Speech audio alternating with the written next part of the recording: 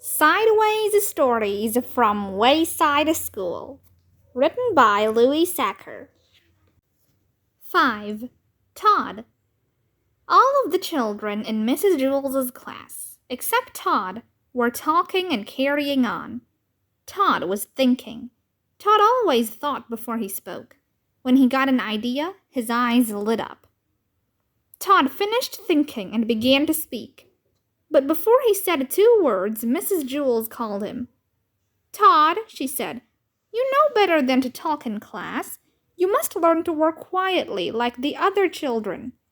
She wrote his name on the blackboard under the word discipline. Todd looked around in amazement. All of the other children, who had been talking and screaming and fighting only seconds earlier, were quietly working in their workbooks. Todd scratched his head. A child was given 3 chances in Mrs. Jewels's class. The first time he did something wrong, Mrs. Jewels wrote his name on the blackboard under the word discipline. The second time he did something wrong, she put a check next to his name. And the third time he did something wrong, she circled his name. Todd reached into his desk and pulled out his workbook. He had only just started on it when he felt someone tap him on the shoulder. It was Joy. "What page are you on?" Joy asked. "Page 4, Todd whispered. "I'm on page 11, said Joy. Todd didn't say anything. He didn't want to get into trouble. He just went back to work. 5 minutes later, Joy tapped him again. Todd ignored her. So Joy poked him in the back with her pencil. Todd pretended he didn't notice. Joy got up from her seat and sharpened her pencil. She came back and poked it in Todd's back. "What page are you on?" she asked. "Page 5, Todd answered. "Boy, are you dumb," said Joy. "I'm on page 29. "It isn't a race," Todd whispered. 5 minutes later, Joy pulled Todd's hair and didn't let go until he turned around. "What page are you on?" she demanded. "Page 6, Todd answered as quietly as he could. "I'm on page 200, Joy shouted. Todd was very angry. "Will you please let me do my work and stop bothering me?" Mrs. Jewels heard him. "Todd, what did I say about talking in class?" Todd scratched his head. Mrs. Jewels put a check next to Todd's name on the blackboard under the word discipline. Todd really tried to be good. He knew that if he talked one more time, Mrs. Jewels would circle his name. Then he'd have to go home early at 12 o'clock on the kindergarten bus, just as he had the day before and the day before that. In fact, there hadn't been a day since Mrs. Jewels took over the class that she didn't send Todd home early. She said she did it for his own good. The other children went home at 2 o'clock. Todd wasn't really bad. He just always got caught. He really wanted to stay past 12 o'clock. He wanted to find out what the class did from 12 to 2. But it didn't look as though this was going to be his day. It was only 10:30, and he already had 2 strikes against him. He sealed his lips and went back to work. There was a knock on the door. Mrs. Jewels opened it. 2 men stepped in wearing masks and holding guns. "Give us all your money," they demanded.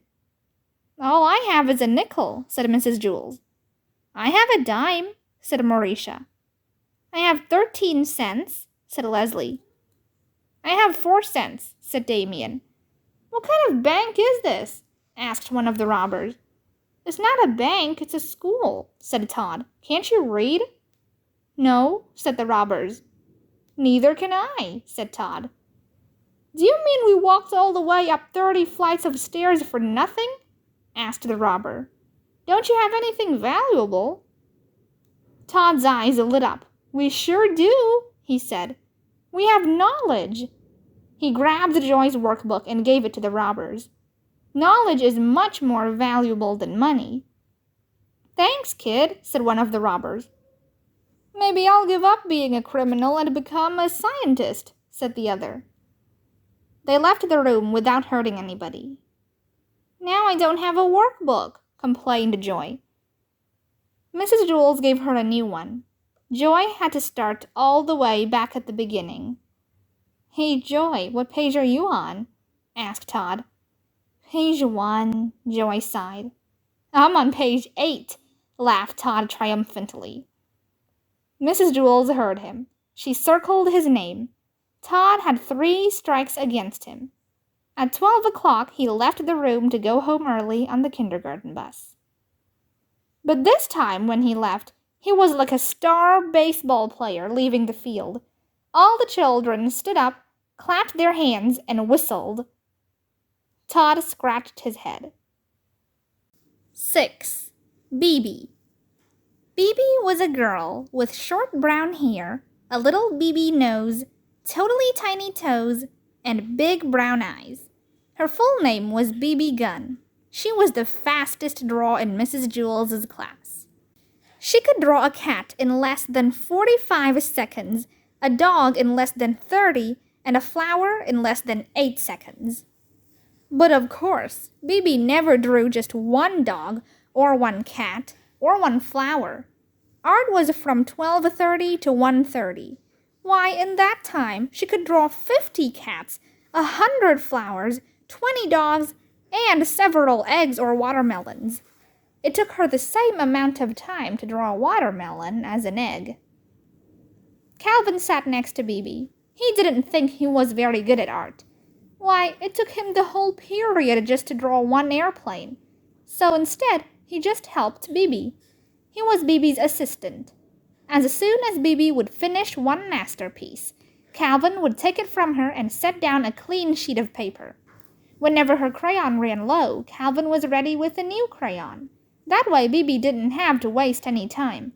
And in return, BB would draw 5 or 6 airplanes for Calvin. It was 12:30, time for art. BB was ready. On her desk was a sheet of yellow construction paper. In her hand was a green crayon. Calvin was ready. He held a stack of paper and a box of crayons. "Ready, BB," said Calvin. "Ready, Calvin," said BB. "Okay," said Mrs. Jewls. "Time for art." She had hardly finished her sentence when BB had already drawn a picture of a leaf. Calvin took it from her and put another piece of paper down. "Red," called BB. Calvin handed BB a red crayon. "Blue," called BB. He gave her a blue crayon. They were quite a pair. Their teamwork was remarkable. BB drew pictures as fast as Calvin could pick up the old paper and set down the new. A fish, an apple, 3 cherries, bing, bing, bing. At 1:30, Mrs. Jewls announced, "Okay, class, art is over." BB dropped her crayon and fell over on her desk. Calvin sighed and leaned back in his chair. He could hardly move. They had broken their old record. BB had drawn 378 pictures.